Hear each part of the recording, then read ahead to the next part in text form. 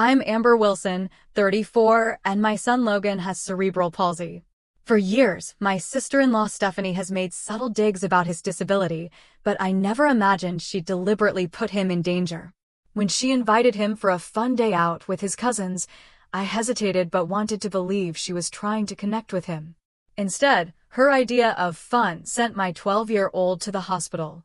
Before I tell you how my sister-in-law's prank landed my son in the hospital, please let me know where you're watching from and subscribe if you want to hear more stories about standing up for those who can't defend themselves. My life changed forever 9 years ago when my husband Brian died in a car accident. Logan was only 3 then, and I became a widow raising a child with special needs all alone. We'd received Logan's cerebral palsy diagnosis just a year before Brian's death, when Logan was 2. His condition primarily affects his mobility. He uses leg braces and sometimes a wheelchair for longer distances, but his mind is sharp as a tack. He's brilliant, funny, and has this ability to light up a room with his smile. Before Stephanie entered our lives, my brother Doug and I were incredibly close. Growing up, he was my protector, my confidant. After Brian died, Doug was my rock. He'd come over several times a week, play with Logan, help around the house, and just be there when I needed to break down. Logan adored his Uncle Doug, and their bond was something special. Then Doug met Stephanie at a company picnic. Initially, she seemed nice enough, polite, engaging, asked questions about Logan. I was happy for my brother. After they got married, though, things began to change. The first red flag appeared during Thanksgiving dinner about 4 years ago. Logan was having trouble cutting his turkey. Instead of offering to help, Stephanie loudly remarked, "Shouldn't he be able to do that by now? My friend's son is younger and can use utensils perfectly." The table went quiet. Doug changed the subject, but the damage was done. I saw the hurt in Logan's eyes. Over time, these observations increased. She'd comment on his slowness when we'd all go somewhere together, sighing dramatically if we needed to wait for him. Once, she suggested I should consider places that specialize in kids like Logan because it would give me my life back. I was horrified, but Doug just sat there, saying nothing. Stephanie has 2 children from a previous relationship, Jessica, who's 14, and Tyler, who's 10. Jessica is a wonderful girl who's always been kind to Logan. She helps him without making a big deal about it and genuinely enjoys his company. Tyler seems torn, sometimes playing happily with Logan, other times mimicking his mother's impatience. As Stephanie's influence grew, Doug became increasingly distant. Our weekly visits dwindled to monthly, then to major holidays only. When I tried to talk to him about Stephanie's behavior, he'd dismiss it with, "She doesn't mean anything by it," or "You're being too sensitive." Family gatherings became a minefield. Stephanie would plan activities Logan couldn't participate in, then act surprised. "Oh, I didn't realize Logan couldn't do that." She'd invite everyone except Logan and me to impromptu family outings, claiming she didn't want to inconvenience us. Each slight was carefully constructed to seem innocent while sending a clear message. Logan didn't fit into her ideal family picture. Despite all this, I tried to maintain peace. Logan loved his cousins, especially Jessica, and I didn't want to deprive him of family connections. I'd bite my tongue, make accommodations, and focus on creating positive experiences for Logan within these constraints.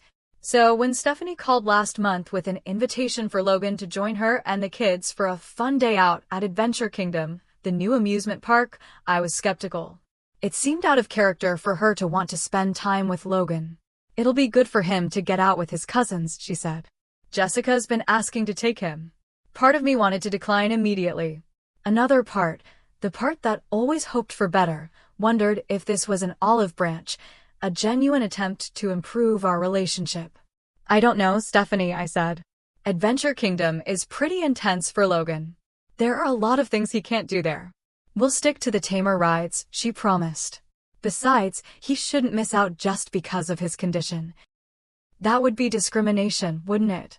She'd found my weakness, my desire for Logan to experience as normal a childhood as possible. When she added that Doug thought it was a good idea too, I reluctantly agreed. Looking back, I should have trusted my instincts. But hope is a powerful thing, especially when it comes to family. I wanted so badly to believe that Stephanie was finally seeing Logan as a person worthy of inclusion rather than a burden to be tolerated. That decision to trust her would become my greatest regret. The moment I told Logan about the invitation, his face lit up like a Christmas tree. Really? With Jessica and Tyler? He asked, his eyes wide with excitement. Yes, sweetheart. Aunt Stephanie is taking you all to Adventure Kingdom this Saturday, I confirmed, my heart warming at his joy, while my stomach knotted with apprehension. Logan rarely got opportunities for outings without me. Most of his activities were either with me or in structured programs specifically designed for children with disabilities. The chance to spend a day just being a kid with his cousins meant the world to him. Do you think I can try the water rides? He asked, already planning his adventure. We'll need to talk with Aunt Stephanie about which rides are safe for you, I said carefully. Remember, some rides might be too intense. That week, Logan researched Adventure Kingdom online, making lists of attractions he thought he could handle. Jessica called twice to discuss their plans, her enthusiasm matching Logan's. Even Tyler got on the phone once to tell Logan about the giant ice cream sundaes they served there. Meanwhile, I was meticulously preparing. I created a detailed medical information sheet with Logan's diagnosis, medications, potential complications, and emergency contacts. I listed specific activities to avoid: high-intensity roller coasters, rides with sudden drops or inversions, and anything that strapped him in tightly around the chest, which could trigger muscle spasms. The day before the outing, I called Stephanie to go over everything. Logan needs to take his muscle relaxant at noon, I explained. He has it in his backpack with instructions. If his legs start to spasm, have him sit down immediately and help him with the stretching exercises he'll show you. Amber, relax, Stephanie interrupted. I've raised 2 kids. I know how to handle children. Logan isn't just any child, I insisted. His cerebral palsy means. I know what cerebral palsy is, she cut in again. Don't be so overprotective. He'll be fine. Just promise me you'll follow the guidelines for rides, I pressed. Nothing with sudden drops or that goes upside down. His body can't handle that kind of stress. Yes, she said dismissively. We'll stick to the kiddie rides if that makes you feel better. Later that evening, Doug called. Steph told me you're worried about tomorrow, he said. Of course I'm worried. Stephanie doesn't seem to be taking Logan's medical needs seriously. She's really trying to connect with Logan, Doug insisted. This was her idea, you know. She wants to show him he's part of the family. I hope that's true, I said, not entirely convinced. It is, he assured me. Just trust her a little, okay? It'll be good for Logan to have some independence. Those words struck a chord. Logan was growing up, and I'd been struggling with giving him appropriate independence. Maybe my brother was right. Maybe I was being overprotective. Saturday morning arrived with Logan up at dawn, too excited to sleep. He'd laid out his clothes the night before, his favorite Captain America t-shirt, and the special lightweight shorts that fit comfortably over his leg braces. How long until Aunt Stephanie gets here? He asked for the 3rd time as I helped him with his braces. About an hour, I answered, adjusting the straps. Remember what we talked about? If you get tired or uncomfortable. I know, Mom, he said with the exasperated tone only preteens can perfect. Tell Aunt Stephanie right away.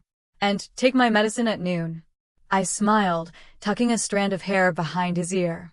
That's right. And you have my number memorized? 555-2381, he recited dutifully. Mom, I'll be okay. Jessica will help me if I need anything. His confidence both warmed and worried me. Logan had faced so many challenges in his young life, yet he remained optimistic, always believing the best of people, including his Aunt Stephanie. When her SUV pulled into our driveway at 9:15, Logan was waiting by the window. They're here, he announced, grabbing his backpack and making his way to the door with his distinctive gait. Stephanie honked impatiently instead of coming to the door. Jessica waved enthusiastically from the passenger seat while Tyler bounced in the back. I helped Logan down the porch steps, noting how Stephanie watched us in the rearview mirror, her expression unreadable. Remember, no intense rides, I said to Stephanie through her open window after helping Logan into the back seat. We've been over this 1,000 times, she replied, checking her watch. We need to get going if we want to beat the crowds. I handed her the folder with Logan's medical information. Please read this before you get there. And call me if anything seems off. Anything at all. He'll be fine, she said, tucking the folder into her purse without looking at it. We'll have him back by 6. I'll keep an eye on him, Aunt Amber, Jessica promised from the passenger seat, her sincerity providing my only real comfort. As they backed out of the driveway, Logan gave me a brave smile and a thumbs up. I waved until they turned the corner, then stood in the empty driveway, fighting the urge to call the whole thing off. Throughout the morning, I tried to distract myself with work. I'm a graphic designer and had a project deadline approaching, but found myself checking my phone every few minutes. Stephanie sent a few texts early on. 10:30 a.m. Arrived. Lines not too bad. 11:15 a.m. Logan rode the carousel. Having fun. 12:08 p.m. Lunch at Burger Place. All good. After that, the updates became vaguer and less frequent. 1:45 p.m. Still at park. Everyone having fun. 3:20 p.m. All fine. Battery low. We'll update later. By mid-afternoon, my unease had grown into genuine worry. I called Stephanie twice, but it went straight to voicemail. I texted Jessica, but got no response. Even Tyler, who sometimes answered texts, was silent. I told myself I was overreacting. Phone batteries die. Reception in amusement parks can be spotty. They were probably just having too much fun to check their phones. Still, I couldn't shake the feeling that something was wrong. Call it mother's intuition or just years of being hypervigilant about Logan's safety, but a knot had formed in my stomach that wouldn't go away. At 4:27 p.m., my phone finally rang. I lunged for it, relieved to see Jessica's name on the screen. That relief lasted exactly 3 seconds. Aunt Amber? Jessica's voice was high-pitched and trembling. Something happened to Logan. My blood turned to ice. What happened? Put your mother on the phone. I can't, she whispered. Mom doesn't know I'm calling. She took our phones, but I snuck mine back. Jessica, tell me what happened to Logan. Right now. I heard her take a shaky breath. We went on the Thunderbolt. The Thunderbolt. Adventure Kingdom's newest roller coaster. Known for its 3 inversions and 90-foot drop. The roller coaster? I managed to ask, my voice strangely calm even as panic exploded in my chest. The one with loops and drops? Yes, Jessica's voice broke. Mom said it would be fine, that Logan needed to overcome his fears. Logan kept saying no, that you said he couldn't go on rides like that, but Mom said he was being dramatic. Where's Logan now? I demanded, already grabbing my car keys. In the first aid station. He passed out after the ride. He was dizzy and then he just collapsed. Her voice dropped even lower. He won't wake up, Aunt Amber. The park medic is with him, but Mom won't let them call an ambulance. She says he's just overwhelmed and making a scene. Put the medic on the phone right now, Jessica. I can't. I'm hiding in the bathroom. Mom said not to call you, that Logan was fine and she'd handle it. But he's not fine, Aunt Amber. His face looked all wrong and he made weird noises before he passed out. My training from Logan's previous medical emergencies kicked in. Jessica, listen carefully. Go back to the first aid station. Tell the medic I'm Logan's mother and I'm authorizing emergency medical transport. Tell them Logan has cerebral palsy and may be experiencing autonomic dysreflexia. Got that? Autonomic dysreflexia, she repeated. Good girl. Then tell them I'm on my way and calling 911 myself. If your mother tries to stop them, tell the medic to call park security. Okay, Jessica whispered. Please hurry. I'm scared. You're doing great, Jessica. I'll be there as fast as I can. The moment we hung up, I called 911, explaining the emergency as I ran to my car. The dispatcher connected me with paramedics heading to the park, and I relayed Logan's medical history as I drove, probably breaking several traffic laws in the process. I tried calling Doug repeatedly but got no answer. I left increasingly frantic voicemails. Doug, it's an emergency. Call me back. Logan's hurt at the park. Stephanie put him on a roller coaster. I'm heading to Adventure Kingdom. Logan's unconscious. Where are you? The 20-minute drive to Adventure Kingdom was the longest of my life. I parked illegally near the entrance, flashed my annual pass at the ticket scanner, and sprinted through the crowds toward the first aid station, ignoring the pain in my hip from an old injury. When I burst through the door, the scene before me stopped me cold. Logan lay motionless on a cot, his face ashen, a park medic checking his vital signs. Jessica sat beside him, holding his hand, tears streaming down her face. Tyler stood in the corner, looking confused and frightened. And Stephanie was arguing with another medic. He's just seeking attention, I heard her say dismissively. He does this sort of thing all the time. His mother coddles him. Ma'am, his vital signs indicate. I'm his aunt. I know what's best for him right now, and creating a big scene with ambulances isn't it. What have you done to my son? The words tore from my throat as I pushed past her to Logan's side. Stephanie whirled around, her expression shifting from annoyed to defensive. Amber, thank goodness you're here. Logan's having one of his episodes. The ride was too much excitement for him. Episodes? I echoed incredulously, checking Logan's pulse myself. It was racing, his skin clammy. He's never had an episode in his life. You put him on a roller coaster after I specifically told you not to. He wanted to go, Stephanie insisted. He was just nervous, like any kid. I thought he'd enjoy it once he tried it. Jessica stood up, her hands clenched. That's not true, Mom. Logan kept saying no. He was crying. You told him to stop being a baby. Stephanie's face hardened. Jessica, that's enough. Go wait with Tyler. No, Jessica stood her ground. Logan told you and Amber said he couldn't go on those rides. He showed you the list. You said Aunt Amber was overprotective and Logan needed to learn to be normal. The medic interrupted. Ma'am, your son is showing signs of autonomic dysreflexia, a dangerous condition that can occur when someone with cerebral palsy experiences extreme stress or overstimulation. The paramedics are entering the park now. He's not her son, Stephanie snapped. I'm responsible for him today, and this is getting blown way out of proportion. I turned to her, fury burning through my fear. You deliberately put my son on a ride that could kill him. After I gave you specific instructions. After he himself told you no. This isn't overprotective, Stephanie. This is life or death. As if on cue, the paramedics arrived, quickly assessing Logan and transferring him to a stretcher. One asked me about his medical history as the other took his vital signs. Has this happened before? The paramedic asked. No, I said, holding Logan's limp hand as they prepared to move him. He's had muscle spasms, but never lost consciousness like this. Mom. Logan's eyes fluttered open briefly, his voice barely audible. I'm here, baby, I assured him, squeezing his hand. You're going to be okay. His eyes closed again as the paramedics lifted the stretcher. I'm riding with him, I told them, then turned to Jessica. Thank you for calling me. You may have saved his life. Jessica nodded, wiping away tears. I'm sorry, Aunt Amber. I should have stopped her.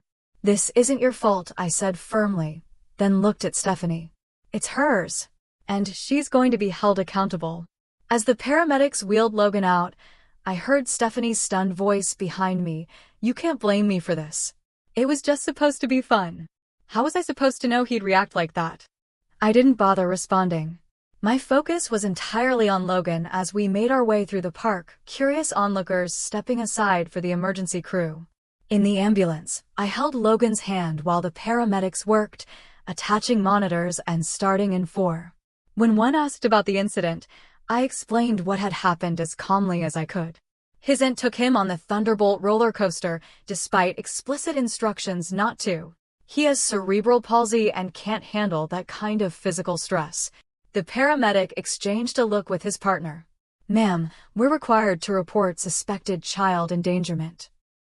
I hadn't even considered that aspect yet, but as soon as he said it, I knew. Yes, I said firmly. Please do. This wasn't an accident. She deliberately ignored medical advice and put him at risk. As the ambulance sped toward the hospital, my fear for Logan mixed with a new, cold determination.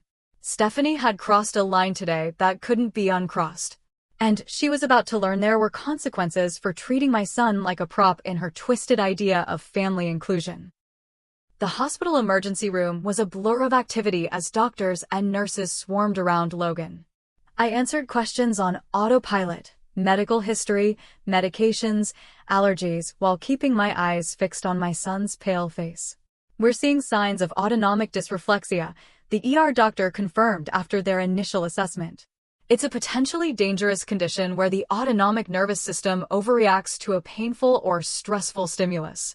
In Logan's case, the extreme stress of the roller coaster likely triggered it. Is he going to be okay? I asked, my voice barely steady. We're giving him medications to lower his blood pressure and reduce the neurological response, she explained. His vitals are already improving, but we'll need to monitor him closely for the next 24 hours.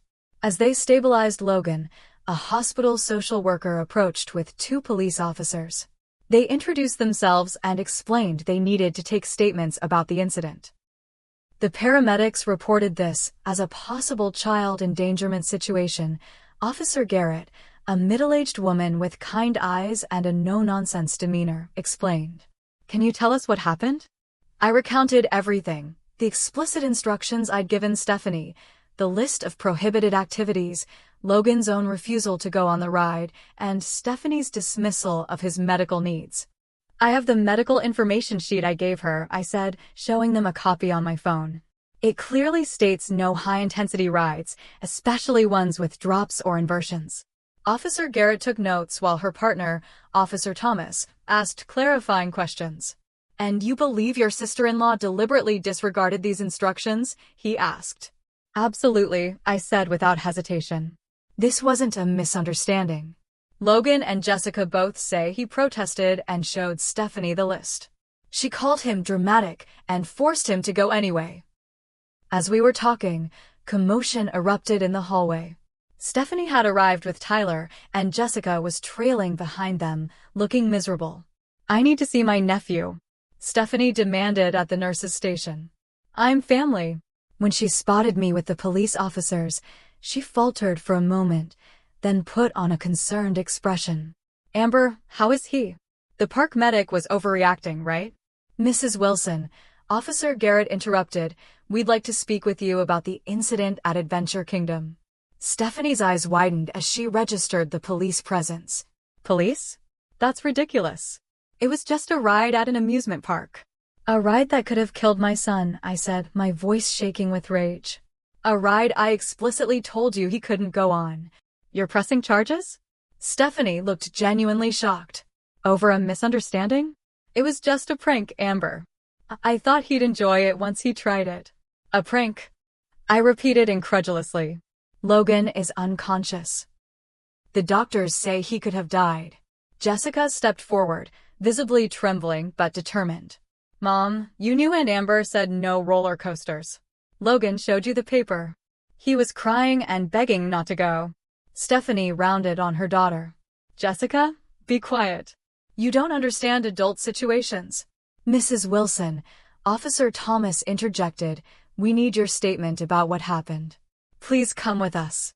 As they led Stephanie to a private area, Doug finally arrived, looking bewildered and anxious. Amber, what happened? I got your messages. Is Logan okay?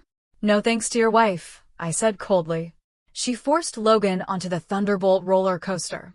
He lost consciousness and is now being treated for autonomic dysreflexia. Doug's face drained of color. The Thunderbolt? But that has loops and drops. Exactly. Something I explicitly told her to avoid. Something Logan begged her not to make him do. Doug looked torn, glancing between me and the room where Stephanie was being interviewed. I'm sure she didn't understand how serious it was. Don't, I warned. Don't you dare defend her. She knew exactly what she was doing. Jessica confirmed it. Jessica? Doug looked at his daughter, who nodded, tears streaming down her face. Mom said Logan needed to learn to be normal, Jessica said quietly. When he got scared in line, she said he was embarrassing her and needed to man up. Doug closed his eyes briefly. Where is Logan? Can I see him? The doctors are with him, I said. And no, you can't see him right now. I don't know if I can trust you around him anymore, Doug. He's my nephew, Doug protested. And he's my son, I countered. A son your wife deliberately put in danger. You need to decide right now who you're going to protect, Logan or Stephanie. At that moment, a doctor emerged from Logan's room. He's awake and asking for you, Ms. Wilson. I turned away from Doug without another word and went to my son. Logan looked small and fragile in the hospital bed, hooked up to monitors and in 4. His eyes were half open, unfocused. Mom, he whispered when I took his hand. I'm here, sweetheart, I assured him, smoothing his hair back. You're going to be okay. I told Aunt Stephanie I couldn't go on the ride, he said, his voice breaking. I showed her the paper like you said. But she said I was being a baby. I know, honey. You did everything right. This wasn't your fault. His eyes filled with tears. It was so scary, Mom. Everything went dark and spinny, and then I couldn't breathe right. I held him as he cried, fury building inside me with each sob that shook his thin frame. When he'd calmed down, I stepped outside to find Officer Garrett waiting for me. We've taken statements from your sister-in-law, your niece, and the park employees, she informed me. There's enough evidence to support charges of reckless endangerment of a child. I want to press charges, I said without hesitation. She knew exactly what she was doing. Are you sure? Family cases are always complicated. I've never been more sure of anything, I replied. She deliberately put my son at risk after being explicitly warned not to. If Jessica hadn't called me against her mother's wishes, who knows what could have happened. Officer Garrett nodded. We'll be in touch about next steps. A detective will follow up with you tomorrow. As she walked away, I saw Stephanie sitting in the waiting area, her face in her hands. Doug stood nearby, looking lost. Stephanie looked up as I approached. Amber, please, she began. It was a stupid mistake. I never meant to hurt Logan. Save it, I cut her off. You've been undermining and belittling Logan for years. Today, you crossed the line into actively endangering him. I'm pressing charges, Stephanie. You're not going to brush this under the rug. You can't be serious, she exclaimed. It would destroy our family. You destroyed our family when you decided my son's medical needs were inconvenient to your narrative, I replied coldly. You're not welcome near Logan again. Doug stepped forward. Amber, there has to be another way. Stephanie made a terrible mistake, but... A mistake? I interrupted. A mistake is taking a wrong turn. A mistake is forgetting someone's birthday. Deliberately forcing a disabled child onto a dangerous ride after being explicitly told not to is not a mistake. It's a choice. I turned to Jessica, who stood silently nearby. Thank you for being brave enough to call me. You saved Logan from an even worse outcome. Stephanie glared at her daughter. So this is your fault? After everything I've done for you? Jessica flinched, but stood her ground. You were wrong, Mom. Logan could have died. Tyler, who had been quiet throughout the confrontation, suddenly spoke up. Is Logan going to be okay?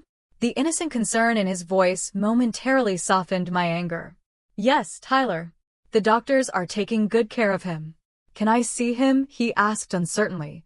Not today, I said gently. He needs to rest. But I'll let him know you asked about him. As I turned to go back to Logan's room, Doug caught my arm. What happens now? I looked at my brother, the person who had once been my strongest supporter, who had gradually become a stranger under Stephanie's influence.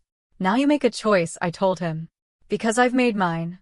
Logan comes first. Always.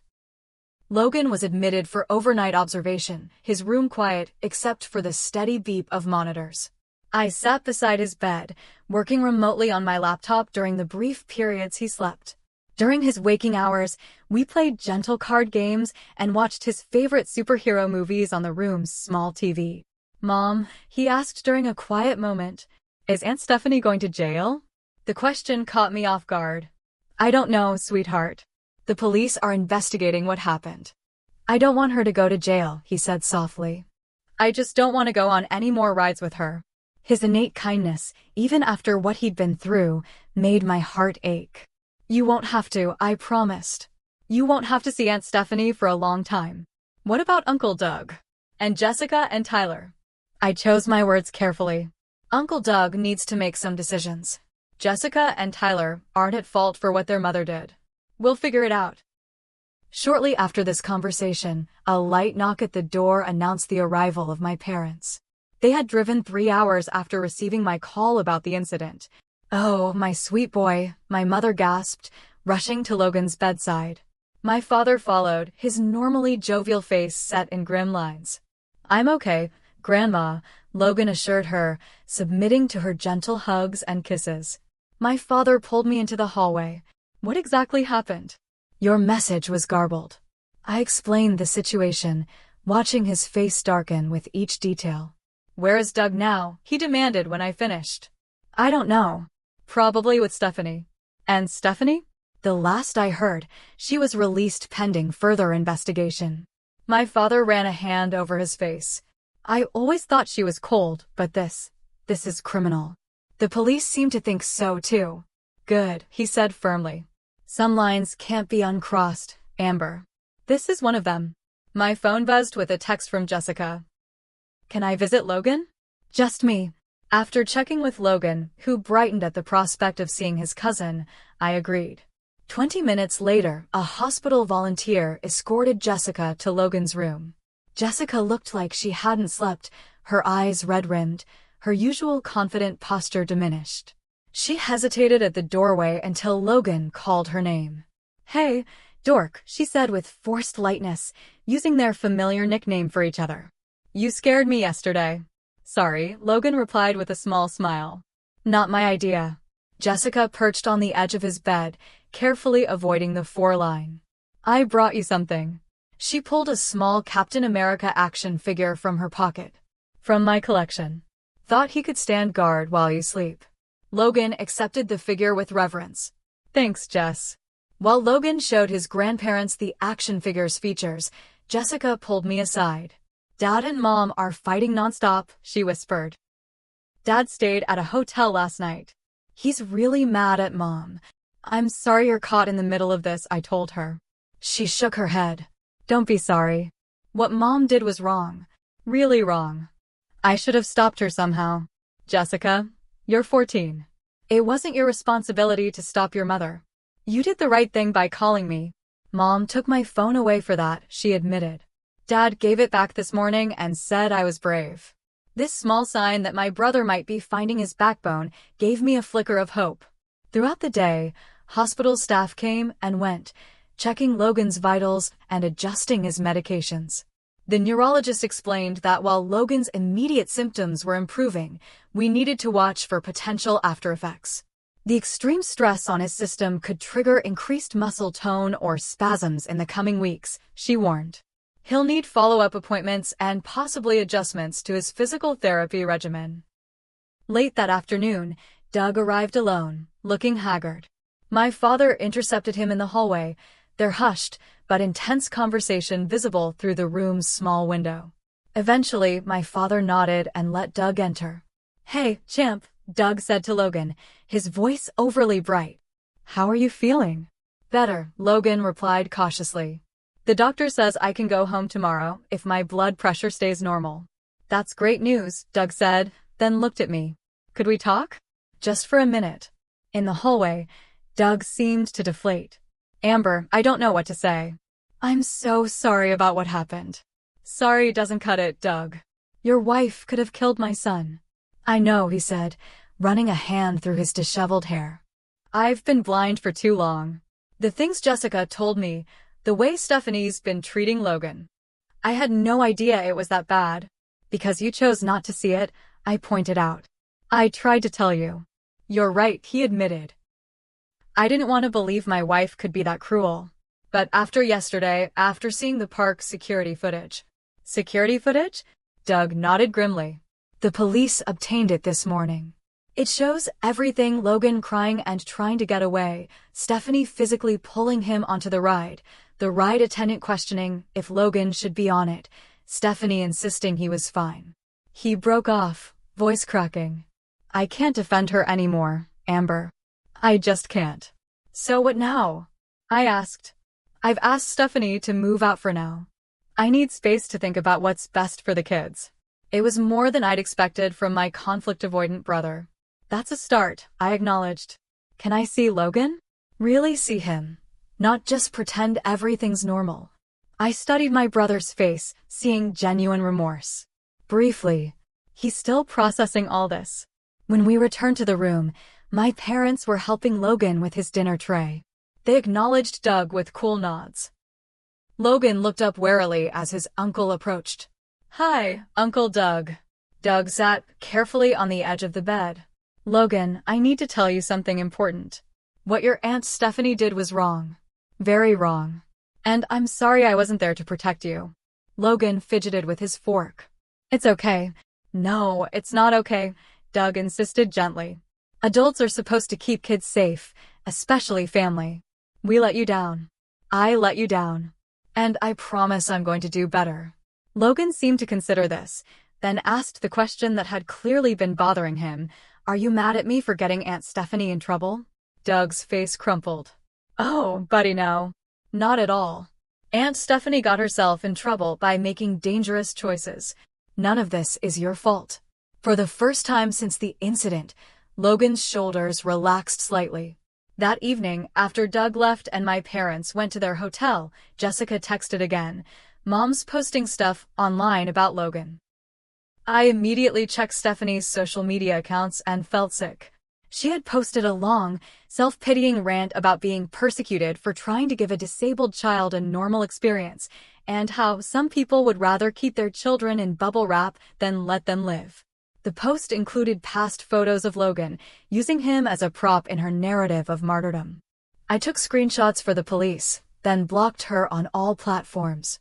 Several of our mutual acquaintances messaged me, asking about the situation. Word was spreading through our community. The detective assigned to Logan's case called to schedule a formal interview the following day. He mentioned they were gathering evidence, including witness statements from park employees and other riders. The security footage is quite damning, he confirmed. Several witnesses heard your son protesting and your sister-in-law dismissing his concerns. That night, as Logan finally drifted off to sleep, I allowed myself a moment of vulnerability, silently crying in the uncomfortable hospital chair. The beeping monitors, the antiseptic smell, the harsh fluorescent lights, all brought back memories of Logan's earlier hospital stays during the worst periods of his condition. Stays where Brian had been by my side, where we'd faced challenges together. I'm doing my best, Brian, I whispered to my late husband's memory. I'm trying to protect him. The next morning, the doctor cleared Logan for discharge with strict instructions for follow-up care. As I helped him dress in the fresh clothes my mother had brought, he asked the question I'd been dreading. Why doesn't Aunt Stephanie like me? I sat beside him on the bed, choosing my words carefully. Some people don't understand disabilities, sweetheart.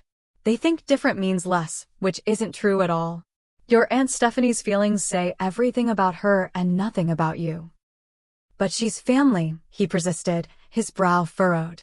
Family is supposed to love you no matter what. Real family does, I agreed. And you have lots of real family who love you exactly as you are, Grandma and Grandpa, Jessica, Uncle Doug, me. Aunt Stephanie has some important lessons to learn about what family really means. As we left the hospital, a text from Doug arrived. Extended family asking questions. Mom called Stephanie. It's getting messy. We need to talk. I sighed, knowing this was just the beginning of a long, painful process. The family fracture that had started years ago with subtle slights and dismissive comments had finally broken open completely, forcing everyone to choose sides. And for once, I wasn't backing down to keep the peace. Logan deserved better than that. We both did. The weeks following Logan's hospitalization were a whirlwind of medical appointments, police interviews, and family drama. Logan's physical recovery progressed well, but emotionally, he struggled with new anxieties. He had nightmares about roller coasters and developed a fear of being separated from me. What if something happens again? He asked one night after waking from a bad dream. I'll always keep you safe, I promised, though we both knew that wasn't entirely true. I hadn't been able to protect him from Stephanie. To address these new fears, I arranged for Logan to see a child psychologist who specialized in trauma and children with disabilities. Dr. Kendall was wonderful with Logan, using art and play therapy to help him process his experience. Logan is showing signs of post-traumatic stress, she explained after their third session. It's not just the physical trauma of the roller coaster, but the betrayal by someone he trusted. Family betrayal can be particularly damaging to children. Meanwhile, the legal process moved forward. The district attorney's office decided to pursue charges against Stephanie for child endangerment. Detective Morrison, a calm, methodical man with a background in family crimes, kept me updated on the case's progress. We have substantial evidence, he explained during a meeting at the police station. The security footage clearly shows your sister-in-law forcing Logan onto the ride despite his distress. We have witness statements from park employees who questioned whether Logan should be on the ride. And we have the medical documentation of his condition and the prohibited activities. What kind of consequences could she face? I asked. Child endangerment can range from a misdemeanor to a felony, depending on the level of risk and intent. Given the circumstances, the deliberate disregard for medical advice, the documented risk, and the resulting hospitalization. The DA is pursuing it as a felony charge. The reality of the situation hit me. Stephanie could go to prison. While part of me felt vindicated, another part worried about the impact on Jessica and Tyler. What about her children? I asked. That's a separate matter for family services to evaluate, Detective Morrison explained. But in cases like this, they typically look at whether the parent poses an ongoing risk to their children. As if reading my thoughts, he added, Ms. Wilson, pressing charges doesn't make you responsible for what happens to your sister-in-law or her children. She made her choices. 2 days later, I received a call from Doug. Stephanie's been formally charged, he said, his voice hollow. Felony child endangerment. I know, I replied. Detective Morrison told me. A long pause followed before Doug spoke again. I've filed for legal separation, Amber. I just can't, after seeing that security footage, after hearing what she said to Logan. I don't recognize the woman I married. How are Jessica and Tyler taking it? Jessica understands more than Tyler. She's actually asked to stay with you for a while, if that's okay. She wants to help with Logan. The request surprised me. Of course she can stay with us. But what about school? It's only a 15-minute drive from your place. I can drop her off on my way to work. After some discussion of logistics, I agreed. Jessica arrived that weekend with a duffel bag and her school backpack, her expression a mix of relief and guilt. Are you sure this is okay? She asked as I showed her to the guest room. I just can't be around Mom right now. It's more than okay, I assured her. Logan will be thrilled to have you here. And he was. Having Jessica around seemed to ease some of Logan's anxiety. They fell into an easy routine of homework, video games, and Jessica helping Logan with his physical therapy exercises. One evening, I overheard them talking in Logan's room. Does it hurt? Jessica asked. The cerebral palsy, I mean. Sometimes, Logan replied matter-of-factly. Mostly when my muscles get too tight. But the stretches help. I'm really sorry about what Mom did, Jessica said, her voice small. It wasn't your fault, Logan assured her. You called Mom for help.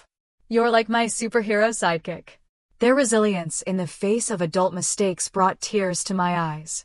The preliminary hearing for Stephanie's case was scheduled for early October. As the date approached, the pressure from extended family intensified. My aunt called, insisting I drop the charges for the sake of family harmony.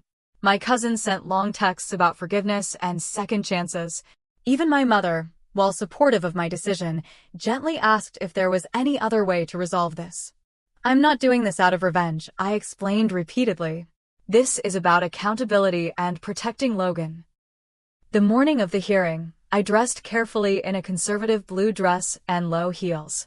My parents had offered to stay with Logan, who was still struggling with anxiety in public places. The The courthouse was intimidating, all marble floors and echoing hallways.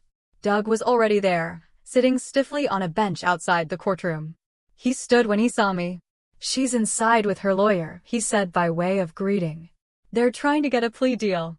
We entered the courtroom together, but sat on opposite sides of the aisle, a physical manifestation of our family's division. Stephanie sat at the defense table, wearing a demure beige dress that contrasted sharply with her usual bold fashion choices. She didn't turn around. The proceedings were formal and quick. The charges were read. Stephanie pleaded not guilty. Bail conditions were continued. A trial date was set.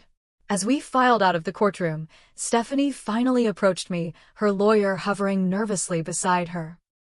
"Amber, please," she began, her voice pitched low. "This has gone far enough. I made a mistake. I've learned my lesson.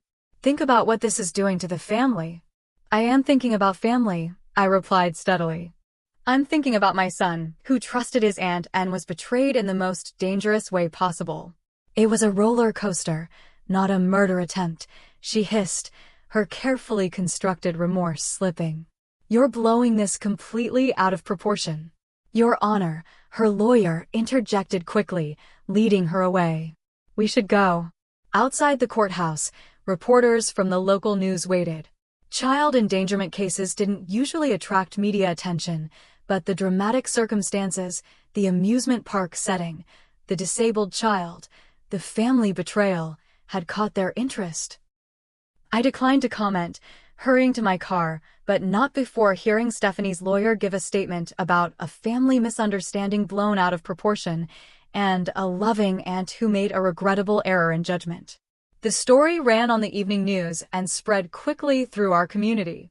To my surprise, the response was overwhelmingly supportive of Logan and me. My inbox filled with messages from other parents of disabled children, sharing similar stories of family members who didn't respect medical boundaries. A local disability advocacy group, Accessible Futures, reached out to offer support. Their director, Marcus Hamilton, invited us to one of their family events. "It's important for Logan to see he's not alone," Marcus explained when I called to thank him. "And frankly, Ms. Wilson, it's important for you too. Advocating for your child against family pressure is incredibly isolating." He was right. Despite the support from my parents and Doug's slow steps toward accountability, I felt profoundly alone in my stand against Stephanie. Connecting with other families facing similar challenges provided a lifeline I hadn't realized I needed. 2 weeks after the hearing, Stephanie's lawyer contacted the DA with a plea offer. She would plead guilty to a reduced charge of misdemeanor child endangerment in exchange for probation, community service, and mandatory education about disabilities. "It's a reasonable offer," Detective Morrison told me. "She has no prior record, and while her actions were definitely criminal, most first-time offenders in similar situations don't serve jail time." After discussing it with Logan's therapist and my parents, I agreed not to oppose the plea deal, with one condition: a restraining order keeping Stephanie away from Logan. The judge accepted the agreement, sentencing Stephanie to 2 years of probation, 200 hours of community service with disabled children, and mandatory participation in disability awareness education. He also granted the restraining order, prohibiting Stephanie from coming within 100 yards of Logan or contacting him in any way. As we left the courtroom after sentencing, Doug approached me. "Thank you," he said quietly, "for agreeing to the plea deal." "I didn't do it for Stephanie," I clarified. "I did it because a trial would be hard on Logan. And on Jessica and Tyler." He nodded. "I know. But thank you anyway." He hesitated, then added, "I filed for divorce, Amber. And I'm seeking full custody of the kids." The news stunned me. Despite the separation, I had assumed Doug and Stephanie would eventually reconcile. "Are you sure that's what you want?" "It's what needs to happen," he said firmly. I failed Logan by not seeing what was happening. I won't fail my own children the same way. For the first time since this ordeal began, I felt a glimmer of hope for our fractured family. Not hope for a return to how things were, that was impossible, but for something new, built on truth and accountability rather than denial and appeasement. That Sunday, we held a small birthday celebration for Logan at my parents' house. It was the first family gathering since the incident, and the absence of Stephanie hung in the air like a ghost. But there were also moments of genuine joy, Logan blowing out his candles, Jessica helping him open presents, Tyler cautiously rejoining the cousin relationship that had been strained by his mother's actions. As I watched Logan laugh at something Doug said, I realized we were witnessing the first fragile steps toward a new kind of family, one defined not by unconditional acceptance of harmful behavior, but by the harder, more meaningful work of honest reckoning and genuine change. 6 months after the roller coaster incident, as we'd come to call it in therapy, Logan sat in Dr. Kendall's office, proudly showing her a medal he'd won in an adaptive swimming competition. I was scared of the water at first, he explained, but then I remembered what we talked about, feeling the fear but doing it anyway if it's safe. Dr. Kendall smiled. That's exactly right, Logan. There's a big difference between facing fears that help you grow and being forced into genuinely dangerous situations. Logan's progress in therapy had been remarkable. The nightmares had gradually subsided, and while he still had moments of anxiety, he was developing healthy coping mechanisms. His resilience continued to amaze me. My own journey had taken unexpected turns. What began as a desperate fight to protect my son had evolved into a broader advocacy role. With support from Accessible Futures, I started a support group for parents of disabled children navigating family conflicts. Sharing our story, with Logan's permission, opened doors for others to speak about the ableism they encountered in their own families. You've given us a language for something we've experienced but couldn't name, one mother told me after a meeting.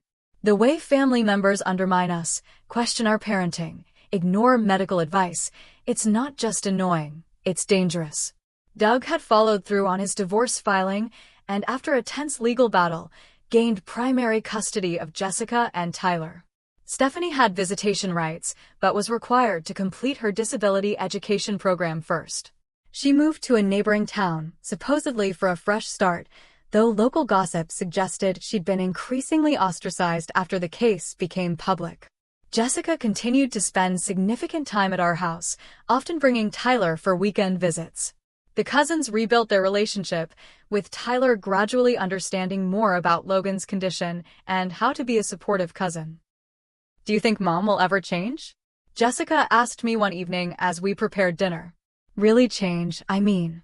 I hope so, I answered honestly. People can change when they're willing to confront uncomfortable truths about themselves. The education program is a start, but real change has to come from within. Jessica nodded thoughtfully. I want to study special education in college, she confided. Because of Logan. Is that weird? Not weird at all, I assured her. Some of the best advocates for disabled people became involved because of personal connections. Logan's physical health had stabilized after some adjustments to his medication and therapy regimen. The autonomic dysreflexia episode hadn't caused permanent damage, but his neurologist recommended more frequent checkups to monitor his condition. You've become quite the expert on cerebral palsy, Dr. Martinez remarked during one appointment. Have you considered sharing your knowledge more formally? That conversation led to an opportunity one never expected, guest lecturing at the local community college's nursing program about parenting a child with disabilities. Standing before a classroom of future healthcare providers, sharing our experiences and answering questions, felt like turning our painful journey into something constructive. My relationship with Doug slowly mended as he committed to understanding Logan's needs and becoming a true ally. He attended medical appointments, asked thoughtful questions, and even joined a support group for family members of disabled individuals. I should have done this years ago, he admitted after one particularly emotional group session. I always thought I was being supportive, but I was actually enabling Stephanie's behavior by minimizing it. 3 months after the court case concluded, Stephanie requested a meeting with me. Her probation officer and therapist would be present, she explained in her formal email. After consulting with Logan's therapist and my own support network, I cautiously agreed. We met at a neutral counseling center, the atmosphere tense despite the calming decor. Stephanie looked different, subdued, less perfectly put together than I remembered. Thank you for coming, she began stiffly. My therapist suggested this as part of my accountability process. What followed was a carefully prepared statement acknowledging her actions and their impact. She spoke about her disability education classes and how they had challenged her preconceptions. It was textbook apology language, delivered with unclear sincerity. I'd like to apologize to Logan directly, she concluded. With proper supervision, of course. The request surprised me. I'll need to discuss that with his therapist, I said cautiously. And it would entirely be Logan's choice. To my even greater surprise, Logan wanted to meet with her. I have things I need to say to her, he explained with a maturity that caught me off guard. Dr. Kendall says it might help me move on. The meeting was arranged with meticulous care, Logan's therapist present, clear time limits established, an exit strategy in place if Logan became uncomfortable. We met in Dr. Kendall's office, a space where Logan felt safe. Stephanie entered tentatively, her confident stride noticeably absent. Hello, Logan, she said softly. Thank you for agreeing to see me. Logan sat very straight in his chair, his braces visible beneath his shorts. Hi, Aunt Stephanie. I wanted to tell you how sorry I am for what happened at Adventure Kingdom, she began. I was wrong to make you go on that ride. I was wrong not to listen when you said no. Logan considered this. You called me dramatic, he said. And a baby. To her credit, Stephanie didn't deny it. I did. That was cruel and untrue. You knew your body's limits better than I did, and I should have respected that. Why did you do it? Logan asked, the question we'd all been wondering. Stephanie looked genuinely uncomfortable. I've been thinking about that a lot in therapy. I think I wanted to prove that I knew better than your mom. That my way of parenting was right, and hers was wrong. She paused. It was about me, not you. And that was very wrong. Logan nodded slowly. I don't think I want to go places with you anymore, he said honestly. Maybe not ever. I understand, Stephanie replied, her voice catching. I broke your trust. That's not something easily fixed. But Logan continued, I don't want you to go to jail or be sad forever. I just want you to learn about disabilities so you don't hurt other kids like me. His compassion brought tears to my eyes. Even after everything, Logan's natural empathy remained intact. As we navigated this new family landscape, holidays and celebrations required careful planning. Thanksgiving was split between households, Christmas involved precisely scheduled visits, and birthday parties became exercises in diplomatic timing. Despite the complications, there were moments of genuine connection. During Logan's 13th birthday party, my father raised a toast to Logan, who's taught us all what real courage looks like, and to Amber, who showed us what it means to truly protect your child. The summer after the incident, I met Daniel, a landscape architect who designed accessible outdoor spaces. We connected at a fundraiser for Accessible Futures, bonding over coffee and conversation that flowed easily. When I cautiously mentioned Logan's disability, his response was refreshingly straightforward. My nephew has Down syndrome, he shared. My sister has taught me a lot about being an ally instead of just a sympathetic bystander. Our relationship developed slowly, with careful introductions to Logan and thoughtful discussions about boundaries and expectations. When Daniel finally asked if he could take us both to dinner, Logan's approval was enthusiastic. He doesn't talk to me like I'm a little kid, Logan observed after our first outing together. And he waited while I got in the car myself instead of trying to help without asking. It was such a simple thing, basic respect for Logan's autonomy, yet it highlighted how rare that respect had been in our past relationships. On a warm Saturday in April, nearly a year after the incident, our extended family gathered for a picnic at an accessible park. Stephanie wasn't present. The restraining order remained in effect, but Doug brought Jessica and Tyler. My parents came, along with Daniel, who had become a steady presence in our lives.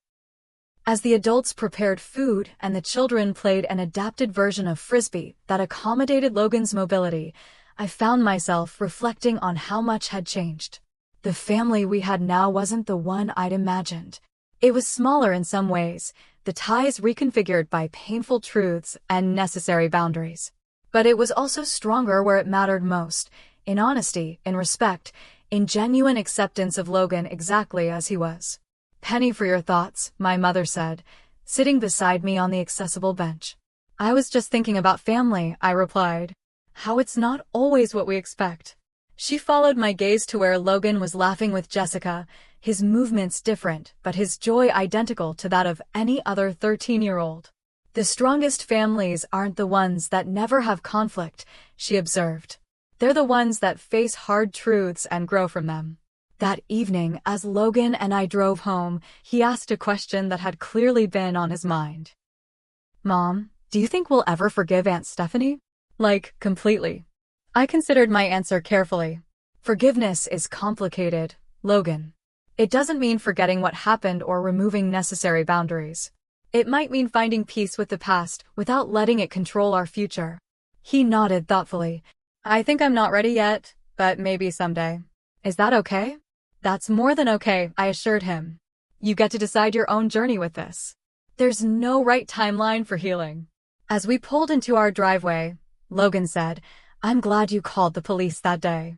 Even though it was hard." "So am I replied. "Sometimes the hardest choices are the most important ones." That night, looking through old photos for a school project, Logan paused at a picture taken before the incident, our whole family together at a reunion, smiles fixed, tensions hidden beneath the surface. "We look happy here," he observed, "but we weren't really, were we?" "Parts were real," I said. "The love between you and Jessica. My love for you. Grandma and Grandpa's love for all of us. But no, some of those smiles were covering up problems we weren't facing." He studied the photo a moment longer, then selected a different one, taken at his recent birthday, showing our smaller but more genuine circle. "I like this one better," he decided. "It's more real." As I helped him arrange the photos, I reflected on the journey we'd taken. From that terrifying phone call from Jessica to the hospital room, from courtrooms to therapy sessions, from fractured family to reconstructed connections, each step had been painful but necessary. The road ahead would still have challenges. Logan would face new obstacles as he grew older. Our family would continue to navigate complex dynamics. But we would face it all with hard-won wisdom and authentic relationships built on respect rather than obligation. The lesson I hoped Logan would carry forward wasn't that family always gets it right, but that true love means standing firm in defense of what matters, especially when it's difficult. That sometimes protection means drawing hard lines. That his voice and his needs are valid and important. And perhaps most importantly, that the family you choose, the people who truly see and respect you, can be stronger than the family you're born into. Thank you so much for staying with us through this difficult story. If you've ever had to make a hard choice to protect someone you love, please share your experience in the comments below. And if this story resonated with you, please like, subscribe, and share it with others who might need to hear that standing up for the vulnerable is always the right choice, even when it comes at a personal cost. Remember, your support helps stories like ours reach those who need them most.